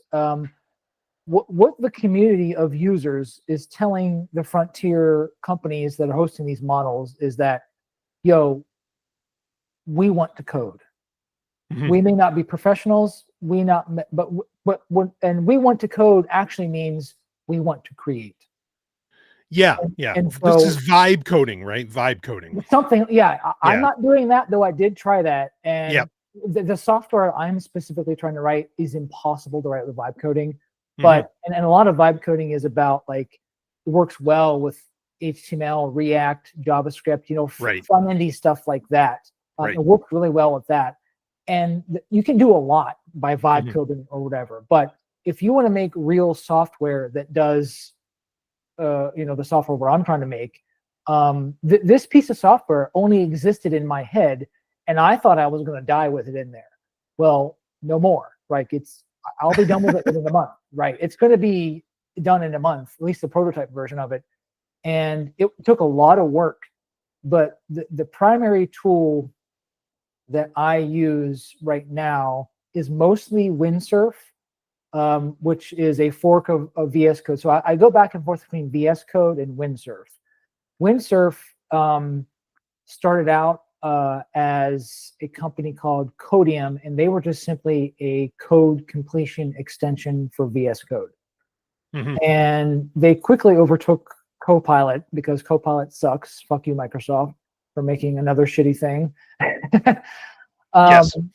And the reason I use it now is I'm grandfathered into their $10 a month plan, but the AI model itself is only loosely helpful because of how they have it, guardrailed or whatever. You just got to learn how to work with it. but their tab to complete feature, where if I'm typing something in a markdown file for a plan, for example, the more I work in that workspace, the better it gets at finishing my sentences. So I'm like, oh, perfect. Or I can iterate off of something it thought of that I didn't think of. And so I'm using Windsurf as my my code editor right now, mostly because of that completion tab. Cursor can do the same thing, but Cursor is pretty. But if I was forced to make a recommendation between the two, I would say use Windsurf right now. It's more VS Code like in appearance and function, and it gives you the very good tab autocomplete powers and access to the frontier models for coding. Yes, you do have to deal with Windsurf's little rules they have in the backside or whatever, but once you learn how to deal with it, it's pretty good. And then so that's what I use to generate the raw syntax and whatever. And I will use a combination of Claude, but more so Gemini now and AI Studio for the actual planning. And like I was telling you earlier, I underestimated how much good planning matters in software. Like I tried being a code bro where I'm like, it's just in my head, I'm just going to do it and feel it out. No. Documentation is annoying to make, but I'm gonna tell you, brother, it is sitting down. It has changed the way my brain works. Like I think more clearly by using these machines, because I still have to talk to the AI in natural language. But if you speak to it kind of programmatically using natural language, it knows what syntax to create. And yes, it's just kind of repeating syntax patterns from code it's taken up on its code base. Though not code base, but the training it's had, the pre-training it already has. But it won't be long before it's able to come up with solutions on its own. Novel, possibly novel solutions, at least as remixes of current solutions. But you can even coach Gemini in its current form to brainstorm, and then your brain can like, oh, I didn't think of that.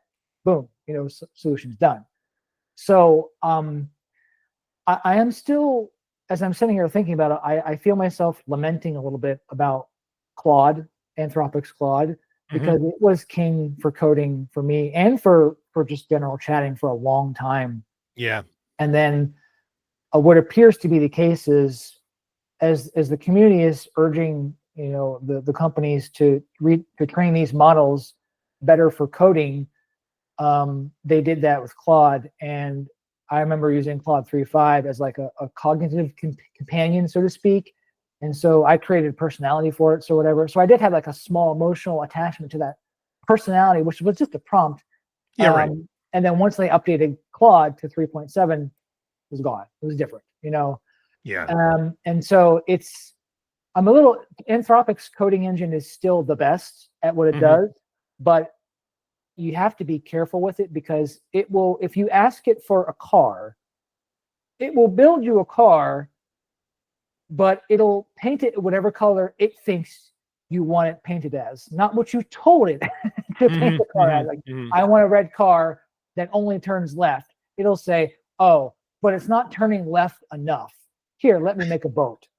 And I'm like, where's the boat coming from? So whereas Gemini's new model is better at staying kind of on the rails. And so there is a lot going on when you're teaching yourself the fundamentals of software engineering. And I mean like actual software engineering, not being a code bro, right? Yeah. And because I'm gifted with this natural tendency to think in systems anyway, I just started planning naturally, and using the AI to make these plans is a godsend, so to speak. It really has been a great boon for me, but you also kind of have to know what you're asking for. And that's why it's taken me 5 months to get this far. This is my 6th iteration of trying to make this app come to life, because I had to learn how to learn using the AI. I had to learn what software engineering fundamentals were. I had to learn how to spot errors in code. And you also have to kind of learn to get a feel for when the AI has made a mistake and kind of get an idea of how to backtrack from that. So it's Yeah. it's been a whole process, and I'm the product manager, I'm the project manager, I am the client. I'm the bitchy C-suite CEO, the bratty guy with the ideas and doesn't implement shit. And Right. it is, and when you're using multiple models like I am, it feels very much like wrangling low-level and mid-level software engineers who just don't want to use documentation. And I didn't know until I spoke to others that are in the industry, that I didn't know, like, this is normal. Documentation struggles, like, they just don't want to do it. They just want to write software and build cool shit. And that's why we have that's why there's burnout, because like there's these business models trying to wrangle these smart, intelligent software engineers into doing things a certain way. And they just want to build cool shit. I'm like, I just want to build cool shit, but I had to really learn the fundamentals and slow down, because if you don't know what you're doing, the AI will just produce junk code, and it can't stop itself when it makes a mistake and be like, whoa, wait, you didn't ask for that. Sometimes it does do that, but if the context window gets to about midpoint, depending on the model, it just can't. It's not capable. So you still have to be. And I was just telling you earlier, I think it would be. In fact, I'm positive of this now. It would be less work for me just to sit here and type and code it myself than to. But I'm learning so many skills across so many domains in such a short amount of time that it's a lot. I have to take breaks from it for days or even weeks at a time to absorb everything. It's a lot, but I'm gaining ground quickly now. Yeah, I mean, it's really, well, two things. One, it's like a clear case of the 80-20 rule, in the sense that it's 80% preparation, 20% implementation. Yeah, that's so true. And I get that now. Yep. Yeah. Like, and I don't think we're going to be, we're going to part two this thing. Because there's so many things to talk about. If anyone wants specific recommendations or wants to triple tap on this topic about using AI at a novice level for producing code, I can totally do that. Yeah. Yeah. I mean, if you want to leave like information where people can reach out to you, I'll put that in the show notes. Sure. And, totally. So yeah, because it really is, writing a singular prompt, you could spend hours doing that. Yeah. And just to get one thing that'll churn out in a few seconds, you know what I mean? But for it to be the right thing, it has to be that. Again, that's that 80-20 rule. Like, it's 80% prompting in this case, and then 20% whatever it's churning out. Yeah, and it takes discipline too. I'm having to learn. I used to be excellent in discipline, but the older I got and the deeper into my unmedicated ADHD self I got, as life piled on me there, I started seeking more short-term dopamine-inducing experiences, and this has taught me, like, whoa. Yep. You will make the app, but you must do the preparatory 80% work first. Yeah. To get the good stuff, the really, really, truly good stuff. Yeah. I mean, this is what's terrifying about, like, Silicon Valley's like, credo of move fast and break things, or, like extreme programming. Like, that's how we got shit coding. software and shit Exactly. Code. No. Exactly. It's like, no, fuck you. No. Fuck that noise. Right. And I mean, so next episode, because we were talking about dark patterns, I want to get into that. I want to get into the negative aspects and the things to maybe stay away from in the next episode. Yeah. We gave you a starter pack here of like what's useful and what you can get jumping on. But in the next episode, I think we want to cover, like, okay, maybe some of the negatives, but also start to touch on, like prompt engineering. But, I mean, a point, and I want to end off with kind of with this point, and you can correct me if you feel, or you can let me know if you feel differently, JStar, on this. But like, because like you're writing, like this audiobook software. And I think that's as important as that is. And believe me, I know, like, software that handles my MP3s is the most important software on the planet to me. So, it's not to anybody else. It's not mission critical to shit. You know what I mean? But to me personally, it's the most important software in the world.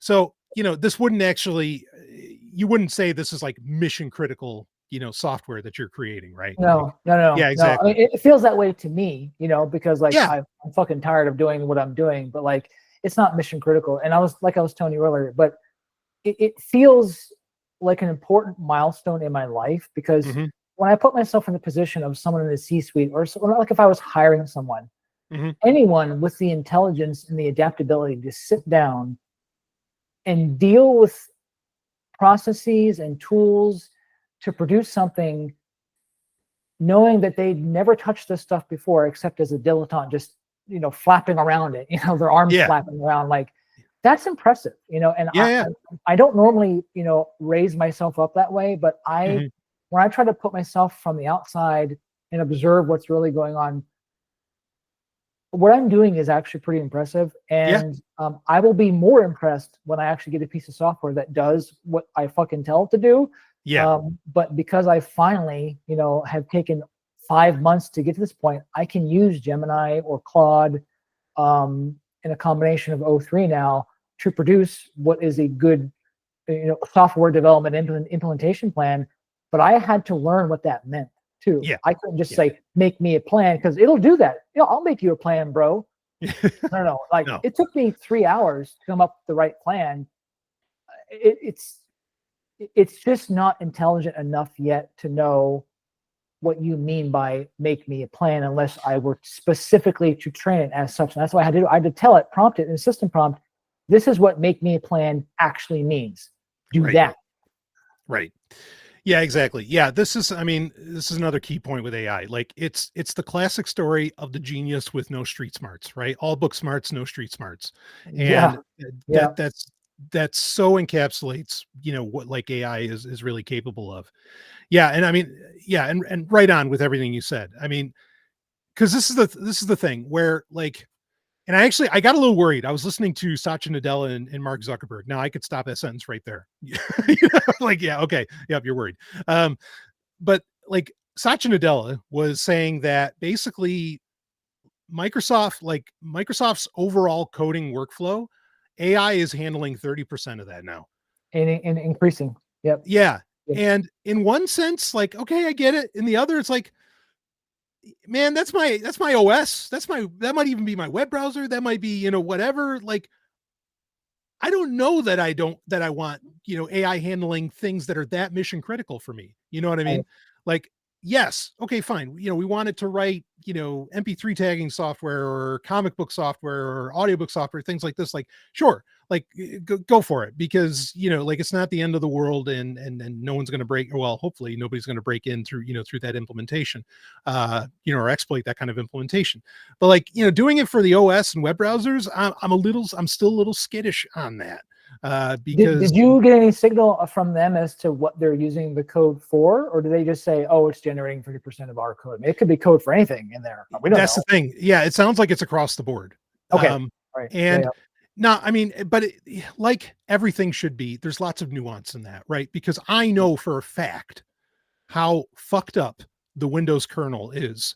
And holy shit, could it use some AI to try and make some goddamn sense out of that thing that's been running for decades? Because that's actually I didn't think of that. That's actually a really good use case of a machine intelligence getting in there. Because for a human to sit down, even just a small team, and go through all that code, oh my God, that sounds awful. No, right. So that's the thing. Like, but at the same time, like, I need at least human overseers, and overseers that are intelligent because they're boots on the ground actually doing real coding. I need the human overseer to make sure, like, when it's my OS that we're looking at, oh hell, I need humans there, again, triple checking. And to be clear, I mean, I know it sounds like, me personally, I can't speak for Brian, but I know it sounds like I'm personally over here giving AI a hand job under the table, and but I'm not, right? I'm fully aware of what it is, what it's capable of, and who is in control of it for the most part, unless we're talking about local models. But, like, can AI be used to write mission critical things like software for operating systems? Yes, but that has to be done under the strict guidance of someone who knows what the fuck they're doing. Because I'm sure there's a lot of boilerplate and repetition there that a human brain would love to not have to do, while still continuing on the business of writing the software for the operating system, right? And then, so, I mean, but are we going to get to the point where an AI could write an operating system itself? Probably pretty soon. But to me, that actually requires intelligence, in my opinion. I don't know any shit about writing software, let alone operating systems, but I can tell you that even just in trying to plan out and write the minimal software that I'm writing right now, does require a great degree of human input and creativity. You know what I'm saying? Yeah. And you have to think from a human level too. Like a human is touching this. So I have to think like human. Yeah. Yeah, no, exactly. So yeah, I mean, if you disagreed with me, that would have been fine. But like, there's so many things at that when you're talking mission critical software, like, and it did make me sweat a little. And we're going to get into more of this, like the potential negatives in the next episode, because like, if you told AI, if you basically just said, in a decent prompt, you said, make Windows secure. Okay. Now that might not be possible. Okay. Even for AI. I'm sitting there wondering, like, what would it do? Yeah, right. Well, so here's the thing. Like, let's say it did it. Okay, it'll do it. But what it's not going to consider is the fact that there are thousands, millions, maybe even businesses that require the fucking print spooler. I know that print spooler is a goddamn exploit just waiting to happen at any point, and it happens every day. Yeah. That process is mission critical to a lot of businesses that have been around for a long time. And so, the AI is going to fuck that up. And that's why I'm saying, like, there are things that we like that only the human's going to, like, or I shouldn't say only the human, but that the human is going to consider, because the human walks and talks, around the world and has like this understanding of, like, yeah, I know that's insecure, but I can't patch that because the laundry business down the street needs it. You know what I mean? Like, or I have to think a different way. And so that's why I'm saying, like, I think AI is phenomenal for coding. I think it's a great, like the term says, co-pilot, not that co-pilot may be the greatest, but the concept is, the abstract is there. But yeah, there are things where we just always need the human. So I think it's safe for me to say no one here is saying AI take over everything, but I mean, there's a part of me that feels like it could do a lot better than a lot of people in a lot of realms, like CEOs, for example. Sometimes I wonder, like, I'm not sure if having a human as the CEO is a good idea anymore. Right. But can I just say for a second before we hang please. up? Do you remember printers? Do you know how they just suck continuously? How is it that we can produce 8-bit video games and now on the threshold of fusion reactors, and the printer has not evolved? How is this possible? So I will gladly give head to any machine intelligence that can fix the printer once and for all. I don't care how they do it. It's one of those things. I mean, like, consider, here's the funny thing. And I love that you said that, and that's hilarious, because I've said this forever. Like, the printer was the bane of my existence. And it was like, yeah, exactly. My first real job in tech was actually fixing printers. And I was like, it was like when my first real job, quote unquote, real job was washing dishes. And I realized, there's actually things I won't do for money. Like, I won't wash dishes for money. No. And like, no, I won't fix a printer for money. They're so terrible.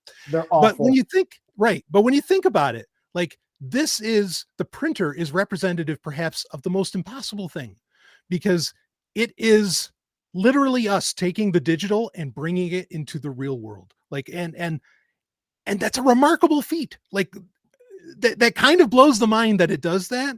And I'm thinking of 3D printers, and you know what else? Just based on what you just said, 3D printers are better than normal printers. How is that possible? Yeah, I'm not even making that shit up. You're right. 3D printers are more reliable and better than a wow. You're right. I realized that. Yes. I'm going to go hang myself. I live in a society that allows this atrocity of that Star Trek show that I can't remember that we bitched about last episode. Discovery. Traumatized. Yeah. You said, I'm going to pass out because I'm bad. So that and the printer can go fuck itself. I love it. Yeah. I don't know. I think this is a task too big for AI. I don't know if AI can cross that bridge. Yeah. Like, again, it's a minor miracle that humanity was able to, like, we were able to solve the printer, and we will have solved all society's problems. You might be right. Maybe we just need to get rid of paper and money. And wait, oh, sorry, I shouldn't have said that last part. That was a bad I didn't one. hear anything. No, was me not neither. here. No, right. I did not say this. I am not here. Yeah, okay. So, but we will be here once again. And we'll get into, I think we can give some like starter concepts for prompting. That's actually a much more complex and nuanced conversation these days, I think, because, you know, if you're using something like Gemini, you're going to some degree, you're going to program the model a little bit before you even start prompting to get the best results. It's not just about what you type out. So we'll get into that. I think we want to talk about like some of the very real concerns, like the dark patterns around AI. And we'll talk about some of the things not to use, because I think those are out there. But anyway, so JStar, man, dynamite as always. Love having you on. Always fun. Yeah.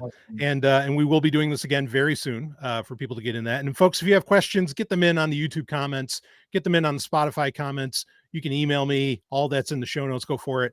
And also we'll include maybe some contact information for JStar if you want to figure out his secret sauce, his 11 spices. It's not that secret.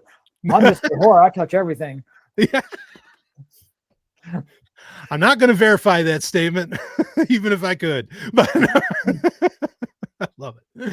All right, man. So for everybody out there listening, we will see all of you on the other side.